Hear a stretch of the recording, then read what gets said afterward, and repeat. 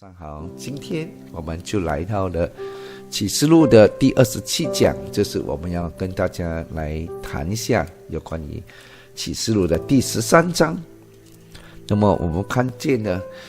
第13章已经进入了另外一个的我们要谈到的就是撒旦的所使用的两个工具。好，那就是兽跟地嫉妒。那么这个时候呢，我们事不宜迟，我们就一起来读这一段的经文，就是第13章的第1节到第10节。那我们一起翻开这一段的经文。启示录第13章，我又看见一个兽从海中上来，有10角7头，在10角上带着10个冠冕，7头上有亵渎的名号。我所看见的兽，形状像豹，脚像熊的脚，口像狮子的口。那龙将自己的能力、作为和大权柄都给了他。我看见兽的7头中有一个似乎受了死伤，那死伤却医好了。全地的人都稀奇跟从那兽，又拜那龙，因为他将自己的权柄给了兽，也拜兽。谁能比这兽？谁能与他交战呢？又赐给他说夸大亵渎话的口，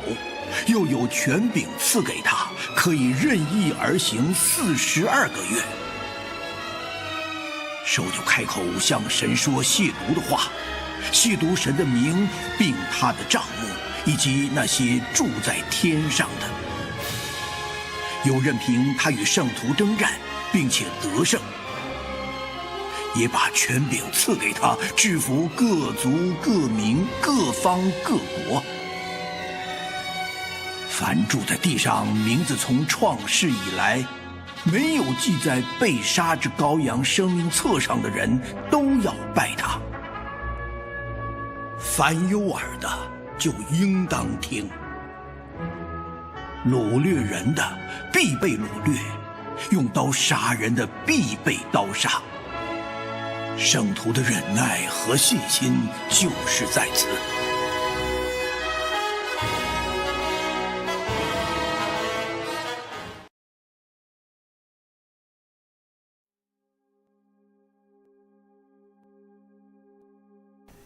好，那我们已经来到第13章第1节到第10节，让我们一起来看今天的主题。今天是27讲，就是讲到撒旦的两个工具。那么我们看到了，今天我们要讲的就是海中的兽，就是地嫉妒的真权啊。我们知道在末后的时候呢，这个兽，这个地嫉妒，它肯定会来。那我们来看一下今天的 keywords， 第7节13章，又任凭他以圣徒征战，并且得胜，也把权柄赐给他，制服各族各民各方各国。那我们看到呢，昨天我们谈到的就是有一场属灵的征战啊，这个大红龙他就是想尽办法要把这个妇人所生的小孩把它吃掉。那我们知道这妇人呢，就是预表以色列嘛，就是神所拣选的子民以色列。那么同时呢，也这个他要生的孩子，就是指耶稣基督了。耶稣基督的诞生的时候，我们也看到撒旦魔鬼试图要来破坏，要来拦阻这个上帝的救恩的计划嘛，所以把耶稣钉在十字架上。但是没有想到呢，他这么做呢，反而呢，他就失败了。所以我们看到这个孩子被提到神的宝座前，女人也受到保护在旷野然后撒旦被甩在地上后，然后他非常非常的不甘愿，也在那边发怒然后呢，我们看到特别像那些遵守神命令的、做见证的，我们讲到呢，信徒怎么能胜过魔鬼撒旦呢？就是通过羔羊的血，还有信徒的见证。所以我们看到我们为神做见证呢，来发动这个攻击。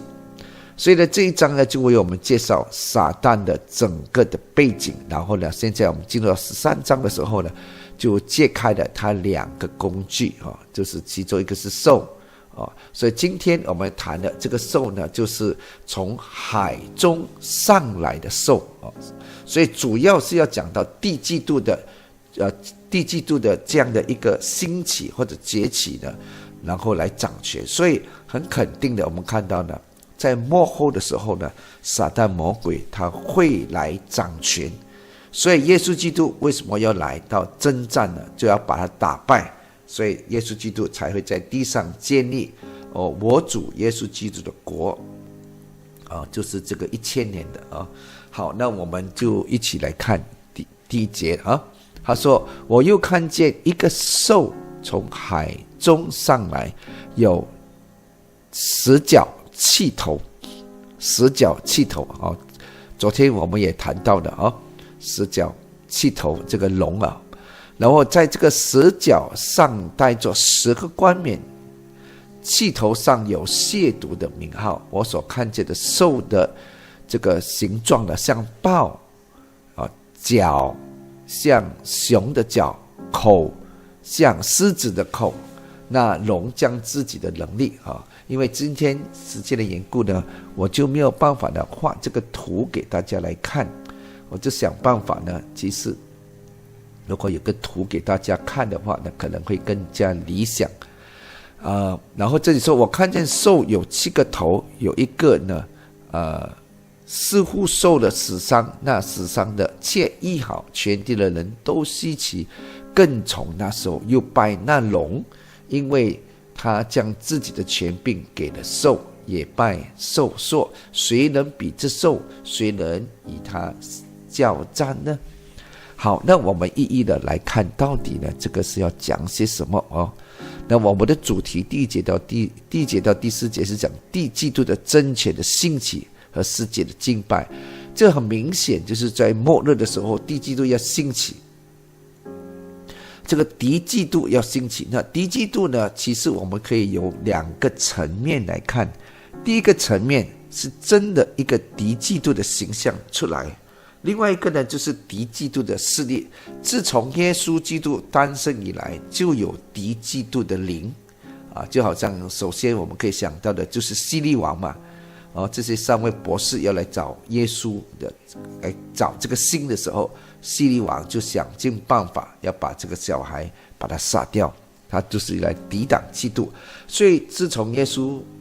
的时代到现在这2000年，都有许多Antichrist 的这个势力，敌基督的势力都一直在兴起。但是在末日呢，它会有一个 figure， 就是会有一个形象，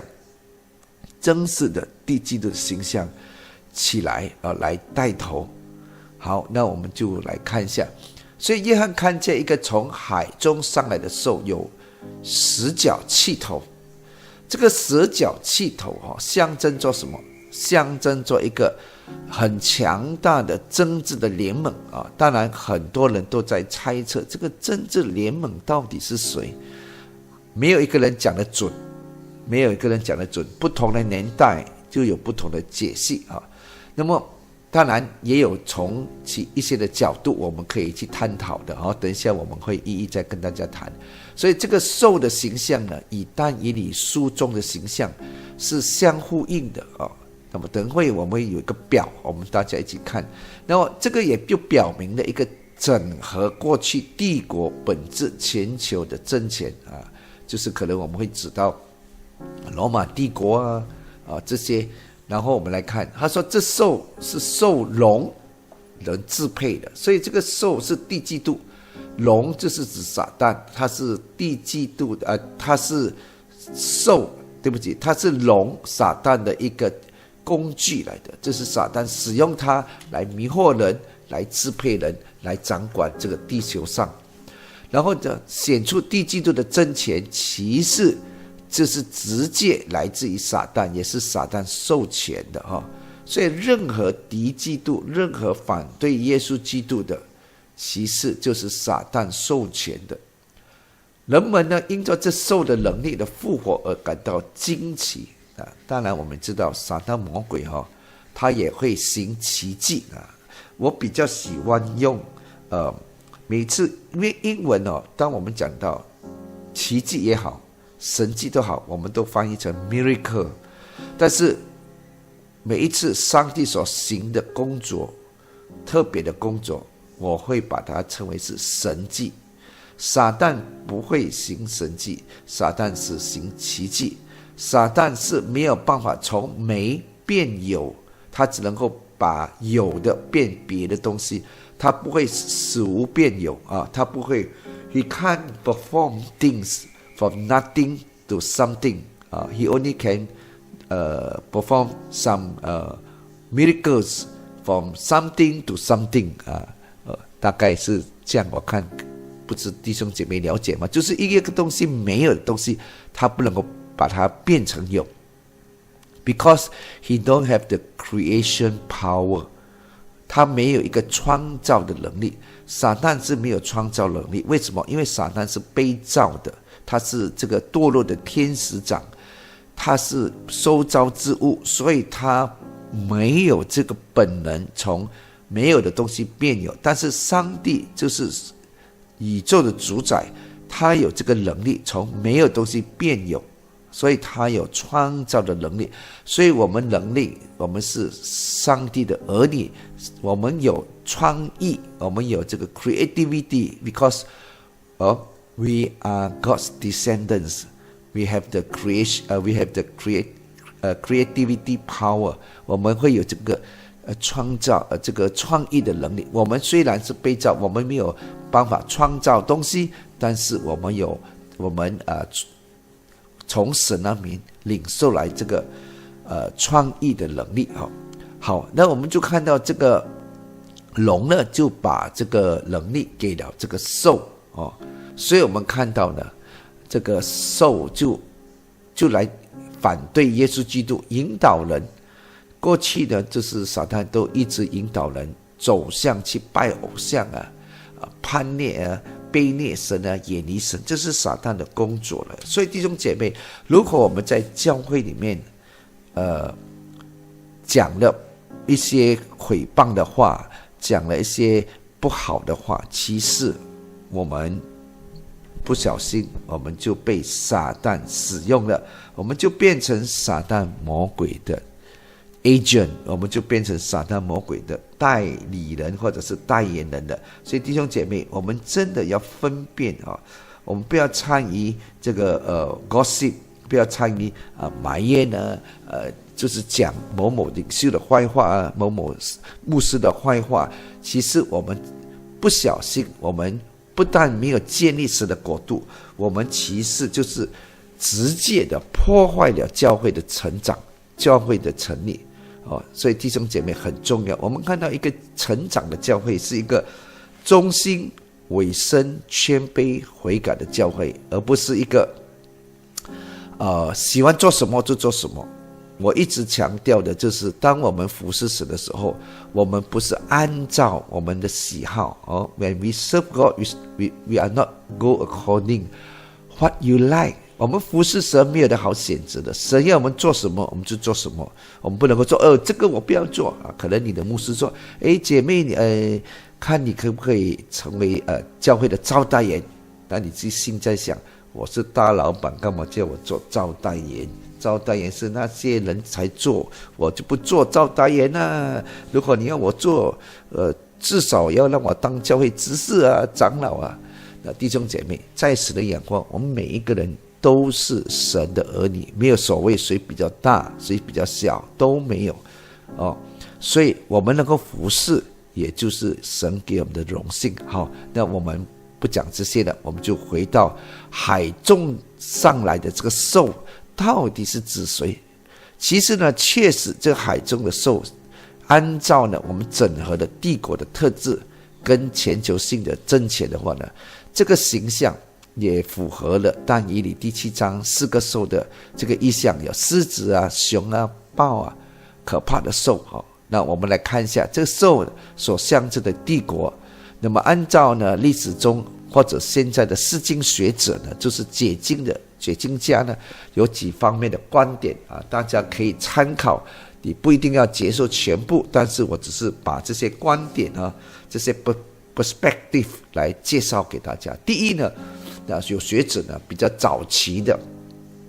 教父呢，或者是历史主义者呢，就认为这兽呢，就是简直就是指罗马帝国的象征，因为罗马帝国当时最强大的政治、经济跟经济力量啊，它曾经称霸一时啊，所以十角就被看成当时罗马帝国后来被分裂成为12个的邦国、12个的这个帝国、12个的王国啊。那气头呢，就被解析成为罗马帝国的7座山，或者过去曾经统治过罗马的7个皇帝了啊。所以这种观点呢，其实强调了，我们不能够说它是错，但是它是从比较早期的角度来看。所以我有说，有时候预言呢是多重的应验的哈。那么，因为当时只有这个东西出现，所以当时的解经家在解的时候，当然他们看到的只有这个。第二呢，就是政治联盟或联合国体。这个是比较是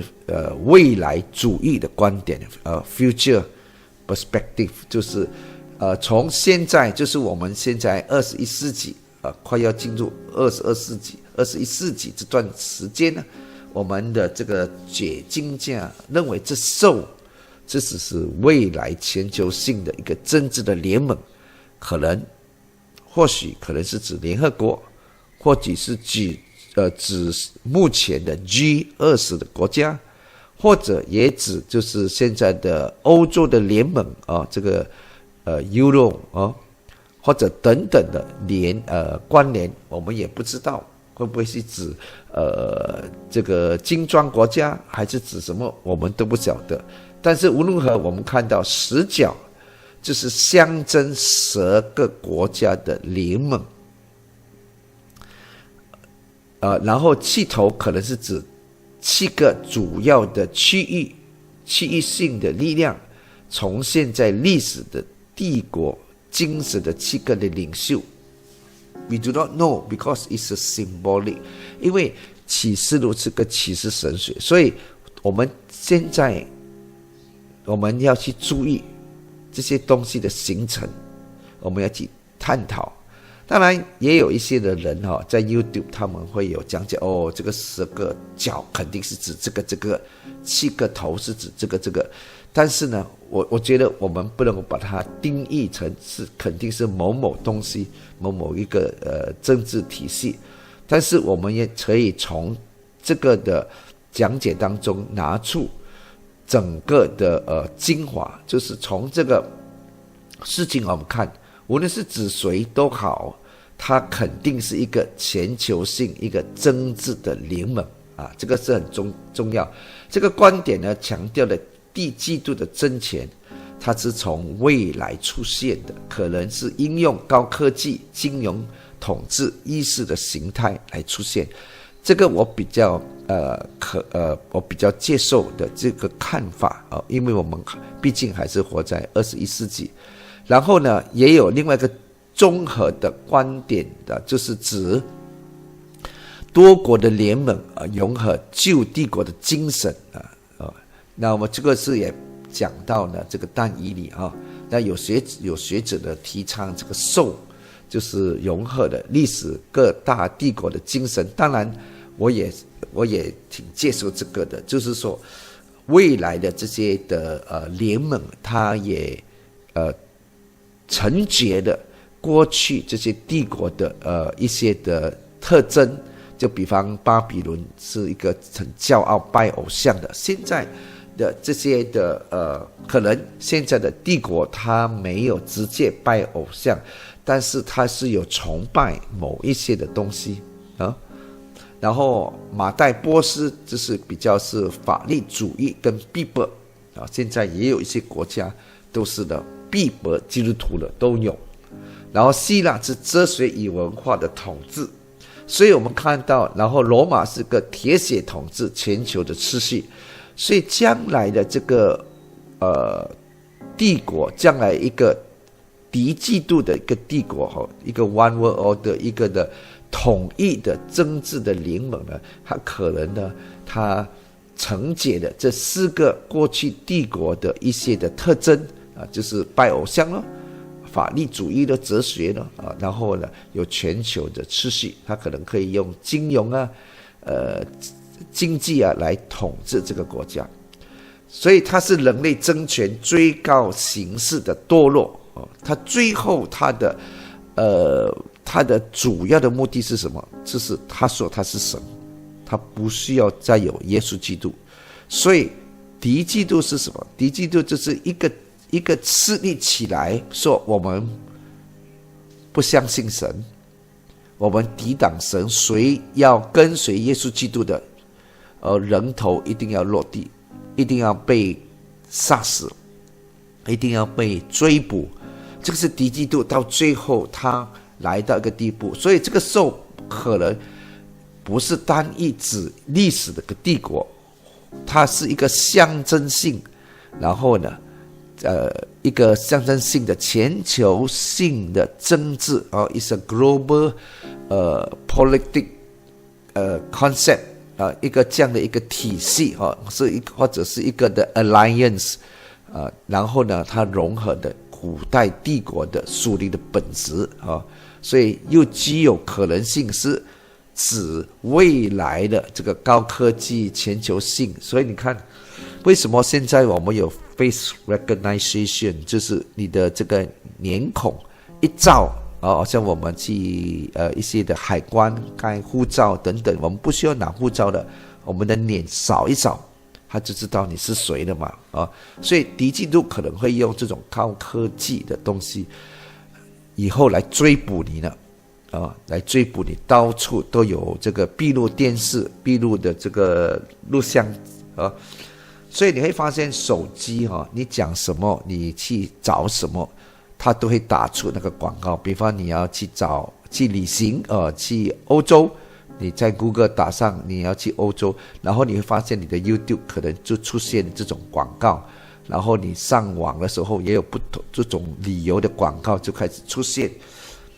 它就是形成一个数字。当然我们还没有证实的，就许多的一些的科技学者呢，就是说手机其实呢是有可能一种听觉的功能，或者是拍摄的功能但是无论如何，我们回到这里，我们看到启示录的兽，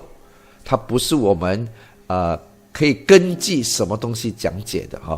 但是我们可以从圣经的角度来做比较安全的或者比较扎实的这个讲解所以呢这个十角延续的但以理末后10个王的一个描述，表明是一个联盟式的真体，一个politic alliance 就是可能是指联合国或者10个区域的结盟结构。所以我们要去注意，所以为什么我们讲我们要常常注意世界的局势，就是这样我们才可以知道那现在我们是否呢是处在什么的时代好，这个图呢我就没有太多的时间讲解，大家可以把它折图起来，你慢慢再来看的好，所以今天我们可以学习到什么特别是指我们面对政治的崛起我们不被外表的能力和奇迹的迷惑。那当然撒旦魔鬼这个受敌基督的，他会有很多的所谓的奇迹但是我们还是要坚持敬拜独一的真神。末后圣经已经讲了，连显明如果不小心也会被撒旦来到迷惑In the last day for those elect, maybe you will be deceived by the Antichrist. You will be deceived by the work of Satan. 我们会因为如果我们追求这些许多的奇迹各方面，然后我们对神的话语又没有扎根的话，你很容易被敌基督的灵或者假先知、假教师的教导呢被迷惑了。所以我们真的要很小心，我们要坚持敬拜独一的真神，不被时代的潮流把我们带偏把我们带偏的好，然后第5节讲到，又赐给这说夸大亵渎话的口，又有权柄赐给他可以任凭行的42个业所以我们讲了这个3年半撒旦魔鬼就来做破坏，他就来亵渎神，就像第几度他上到圣殿里面自称为王嘛。所以这个兽就开口向神说亵渎的话，他一定告诉你们没有神啊，你们不要相信啊，亵渎神的名，并他的帐幕以及那些住在天上的，又任凭与生徒征战，并且得胜，也把权柄赐给他，制服各族各民各方各国，凡住在地上，名字从创世以来没有记在被杀之羔羊的生命上的人，都要拜他。哇，弟兄姐妹，末后呢，会有一大群的人跟随敌基督，就是没有得救的人了，没有名字没有记录在耶稣基督生命册的人。 For those that whose names have not written in the book of life 这些人呢，都会呢来敬拜这个兽They will worship the beast， 这个兽，敌基督的兽，非常可怕我们要，所以这个兽呢讲亵渎神的话他被应许掌权42个月，就是3年半了。所以有些人说是大灾难期间的，可能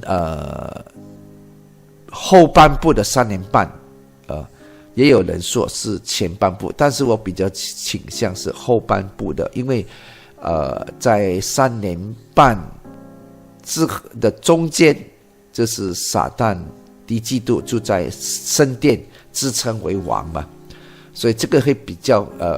合逻辑的成立好，那么这里讲的说，他将向圣徒发动征战，并且在地上他就得胜了。所以弟兄姐妹，换句话说，撒旦魔鬼这个兽，这个敌基督他在这个3年半的时候，他逼迫基督徒，而且也得胜了。反对他的力量也得胜，搞不好以色列也给他打败了。所以这个是显出呢，神在很简短3年半的时间，神允许这个政权来逼迫教会，所以基督徒一定要预备好这个一个很大的一个灾难，a big tribulation will come， a big tribulation will come， 42 months， 所以我们看到这是神允许，is God allowed a limited suffering to his people， 所以我们看到这个神允许的。我们发现很多时候一些的事情是神允许的。我们看到一个成长的教会，很多时候他也会经过一些逼迫、一些困难，他才得以刚强。那些很爱主为生的基督徒，他们在生命当中很多时候呢，也会经过一些考验，然后他们才能够站得稳。所以弟兄姐妹，我们看到往往很多时候我们经历了神，我们才会更加的委身于神。所以我们看到这个权柄就扩展到全球，而且呢，凡是不属神的人、属世界的人都会拜他，唯有生命名字记在生命册的人，没有打上666的受印的人呢，或许我们可能会给他折磨，或许可能我们会给他杀死。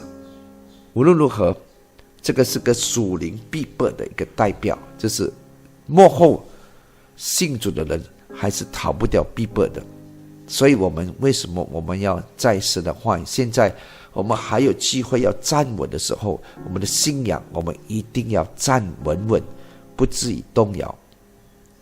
所以基督徒需要明白，受苦不代表神不在，而是神允许来炼净我们的信心。在末世的时候，我们一定要忠心于主，以显出我们对神的信仰是坚持的所以我们的信仰见显出更加的珍贵这个是很重要的。最后的，凡有耳的就应当听，掳掠人的必被掳掠，用刀杀人的必被刀杀，圣徒的忍耐和信心就在此这个经文讲，凡有耳的就应当听，也就告诉了我们，提醒我们这些属灵的话语，我们一定要听进去。第10节的特别强调，圣徒若被掳掠，就当被掳去的；若被刀杀的，就当被刀杀。这个不是宿命论而是告诉我们，我们信徒当中如果有人杀你，你也逃不掉，但是你一定要坚持。如果有人要把你抓去，你也逃不掉，但是无论如何，你要坚持你的信仰。所以神在掌权，即使敌基督有一时简短时间的得胜，最终神的审判也会临到。所以弟兄姐妹，这段经文就鼓励了我们不要在逼迫的当中抛弃了盼望。所以平时如果我们遇到一些小小的困难的时候，我们也要学习去胜过，不要一点点困难就觉得神不爱你了，我不参加小组了，我要离开教会了，等等等。我们一定要刚强起来这个是非常重要的。所以生活应用呢，当我们面临信仰代价的时候，我们要学习忍耐，信靠神的主权，知道他掌管一切，并会有公义的审判。所以弟兄姐妹，今天你有没有被别人误会今天你有没有被某种的势力逼迫可能你的婚姻当中面对一些问题，你觉得你的丈夫在逼迫你，可能你觉得你的妻子在逼迫你，你感觉很辛苦，你感觉到一个地步说我想离婚了，我想要结束这个婚姻了。弟兄姐妹，千万不要，你一定要坚持到底，因为神有他的工作。如果我们在线下一些弟兄姐妹，现在你正在面对一些事情感到非常的疲倦，你说算了吧牧师，我不要再坚持下去，我没有办法了。弟兄姐妹，上帝让你经历的事情没有一样是你没有办法，你没有意思说你肯定会胜过的，他不会给你受的是你承受不了的。所以我们要坚持，我们要刚强起来。然后我们来做一个结论13章的第1节到10节，其实就揭示了撒旦利用政治的这个工具，要对神的子民发动政治跟属灵的双重攻击。现在可能我们所处在的国家还很自由的可以敬拜，但是没有人可以知道是否有一天也会来到个情况，可能不再给教会有可以聚会的或者是来逼迫你的。这个时候我们一定要预备好的，这种日子或许可能会来，所以大家一定要预备好。然后虽然表面上是敌基督得胜了引发全球的人来敬拜他，但是神的子民这里特别强调，神的子民要坚持信仰，要抵挡败兽，我们绝对不能够因上受印666。神允许一时的苦难，并非神失败。所以弟兄姐妹，现在如果你面对一些困难，不要以为神离开你，神没有离开你。很多时候是神正在预备成就一个更伟大更大的荣耀。Even though if you face some problems, some difficulties, do not give up. Something that God had prepared a great glory a great plan that God have prepared. It will come very soon. 这段经文提醒我们，信仰不保证地上是顺利的或者平安的、顺顺利利的，但是却催促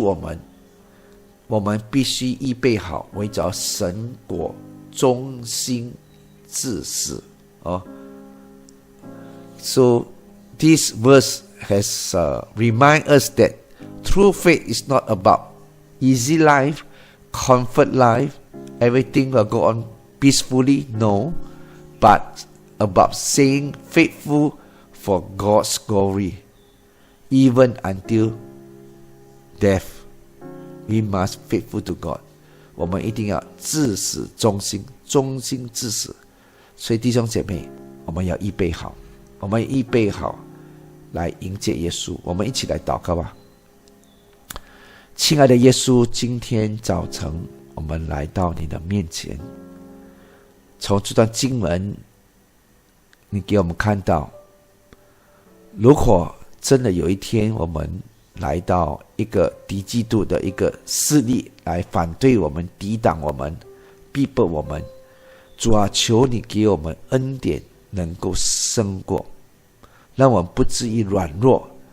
让我们有一个坚持信仰的一个的信心。主啊，我们感谢你，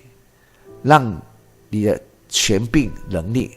都充满在我们的身上。我们谢谢你，奉耶稣基督的圣名来祷告，阿们，阿们。